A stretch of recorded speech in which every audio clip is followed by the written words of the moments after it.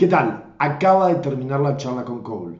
Espero que haya sido tan buena para ustedes como lo fue para mí.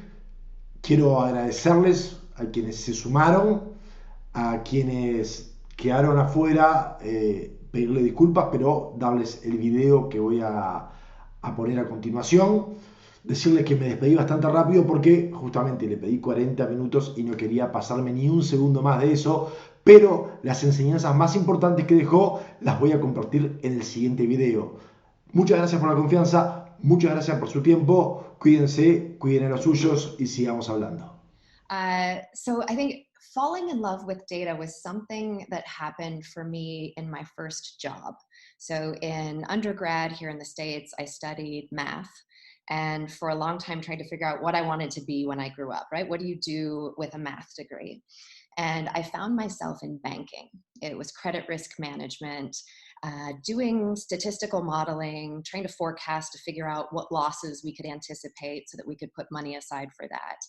And that was when I really got to start working with large amounts of data and started to recognize both the power of data, right? When you can harness it and aggregate it and disaggregate it in ways that make sense, but also how you can turn that data into other things that can help other people understand it and ultimately drive action, right? Which is when the storytelling piece came in. And so for me at first, it started to be about making graphs that looked interesting, that looked, maybe colorful or drew people in some way before I knew anything about best practices when it comes to this stuff. All right. And what I ended up realizing was when I spent more time making my graphs and trying to make them look good, that my audiences wanted to spend more time with my graphs. And so it ended up being this self-reinforcing thing that when you take time in the design of the information, you can actually get people to pay attention to it in different ways and get more people to want to understand it and to want to do things with that data. And so I started off in a very technical role, started moving my way up in banking and influencing in different ways. And then the subprime crisis happened. Wow. And I realized banking's not where I want to be right now. And it's one of those, like, you pause and reflect and figure out, okay, what skills do I have? What sort of work could I be doing? And for me, core to what I do has always been finding that place where the hardcore technical statistics meets business and logic and action, and helping those two sides talk to each other and helping influence business with the statistics and the numbers and the data.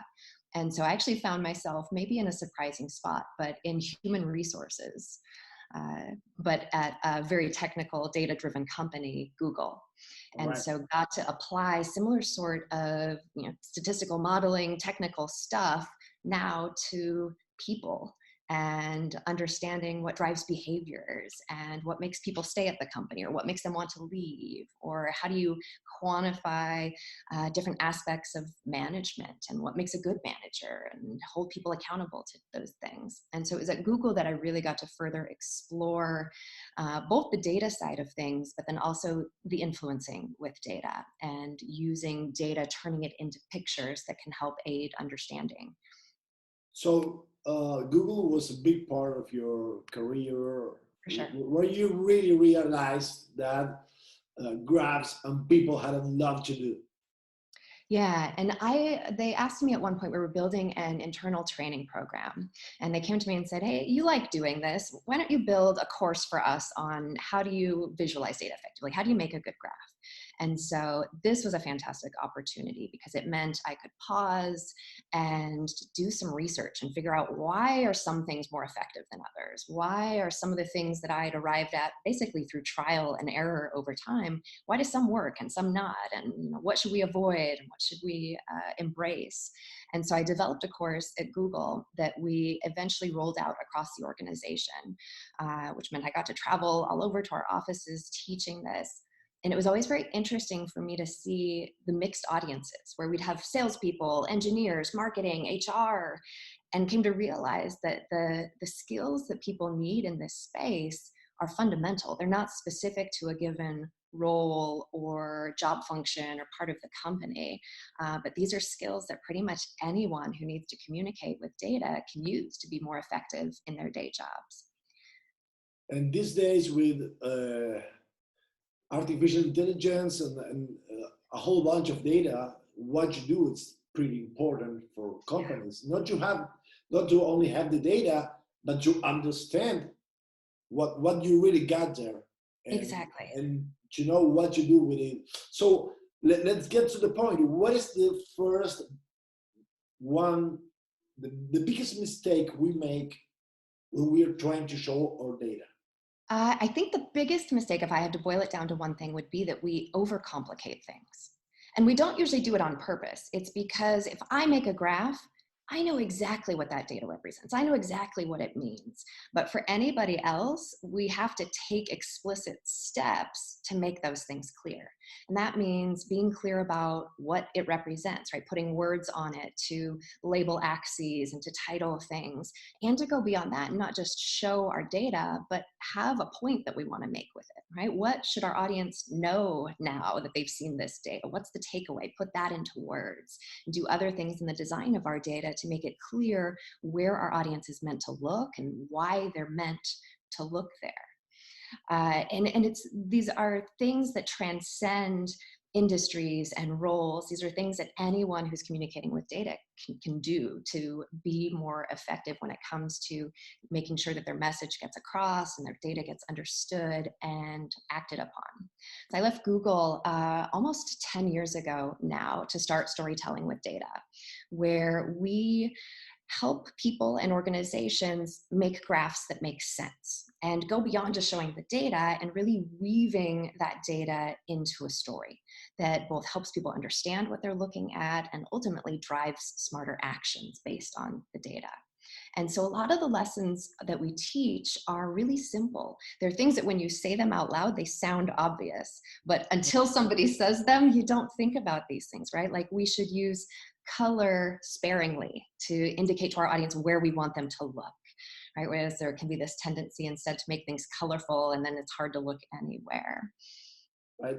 Because I think the biggest mistake people make is not having a clear goal in mind when they start speaking. So in the end, sometimes it goes okay, sometimes it goes great, and sometimes everybody gets something different from the same presentation. Yep. So it's kind of the same thing. Well, and when you're thoughtful about considering those questions up front, right? What do you want to make happen? How do you want people to feel? Now you have something to rate your effectiveness on, right? When you get done, you can say, hey, did that thing happen? Or did I make people feel that way?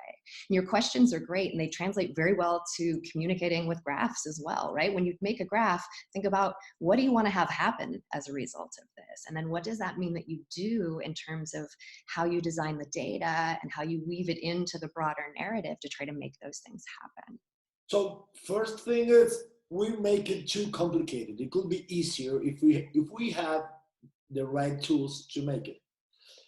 What is the second thing? What is the second mistake that we make when we're trying to present graphs? Yeah, I mentioned this a little bit already, but I would say the second biggest mistake I see is the misuse of color, where I think we use color oftentimes to make something colorful, right? Or to make it look nice or make it look interesting. But color, when you use it thoughtfully and sparingly, is the biggest tool you have for trying to direct your audience's attention to where you want them to look. So we'll often, at Storytelling with Data, we'll start by designing our graphs in grayscale, no color at all, which forces us to then be thoughtful and intentional about where and how you employ color to be able to direct your audience's attention to where you want them to look. And so if you can be thoughtful about where you want your audience to look, you can do things in the way that you design your information to help make sure that happens.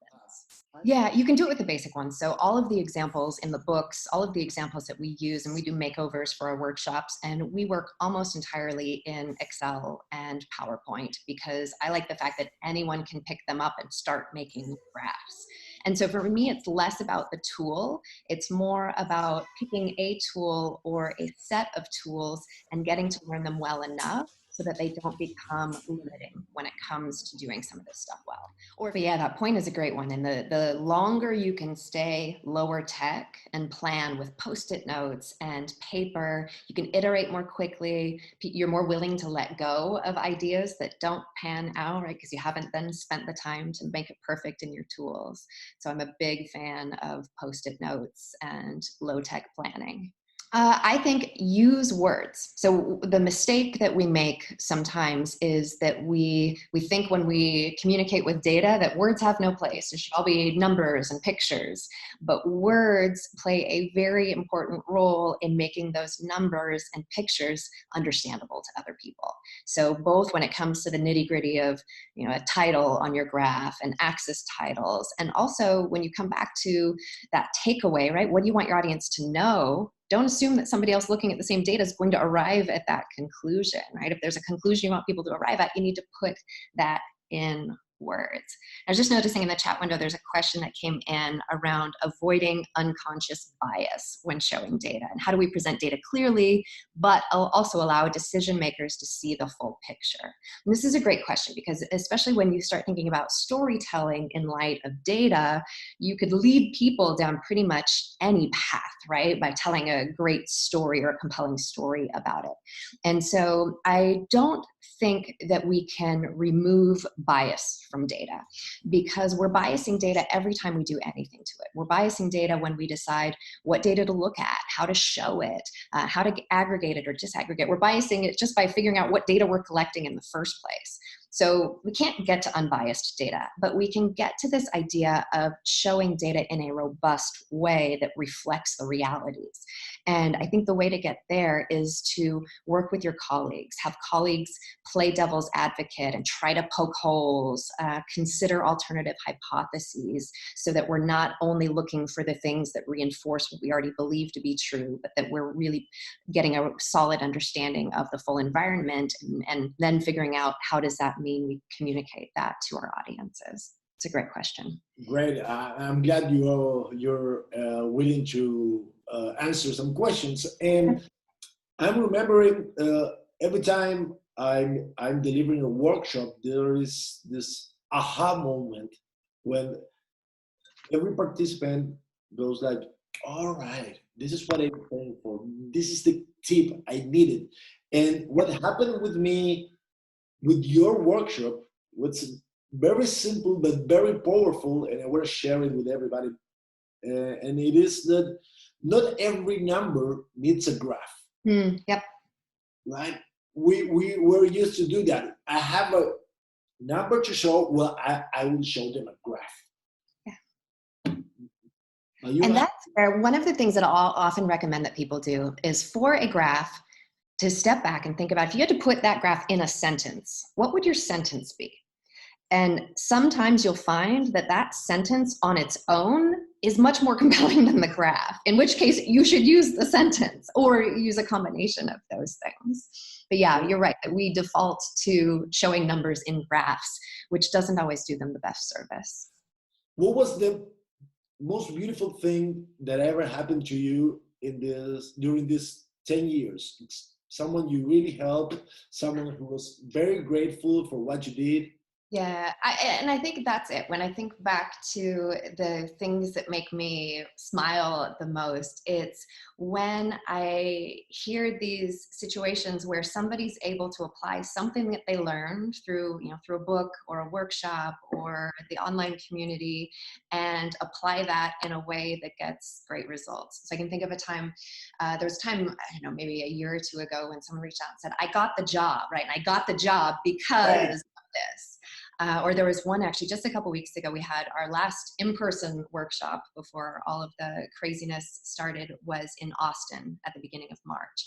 I had someone reach out shortly after that and tell me how they'd applied some of the lessons that we went over in the workshop, and they'd actually gotten the senior leaders to pay attention to something that they'd been trying to get them to pay attention to for a really long time, and had the right sort of conversation happen as a result. And it's those things that I love to hear, because I'm a huge believer that there's a lot of work that's going on that just isn't getting the attention that it deserves because it's not being communicated as effectively as it could be.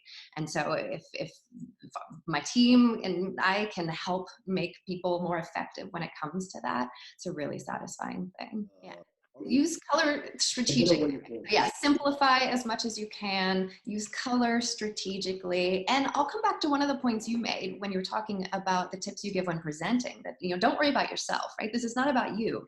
It's about them. So if you can really be designing your visuals and presenting in a way that puts your audience top of mind and makes things work for them, that's going to be a successful scenario.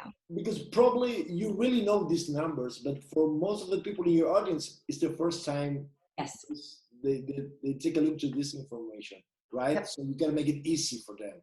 Exactly. The more you can do to make it easy, the more attention you'll get on your work and the greater your ability to then drive understanding and change. Cole, I want to thank you for this moment, for this minute with us. Thanks for having me.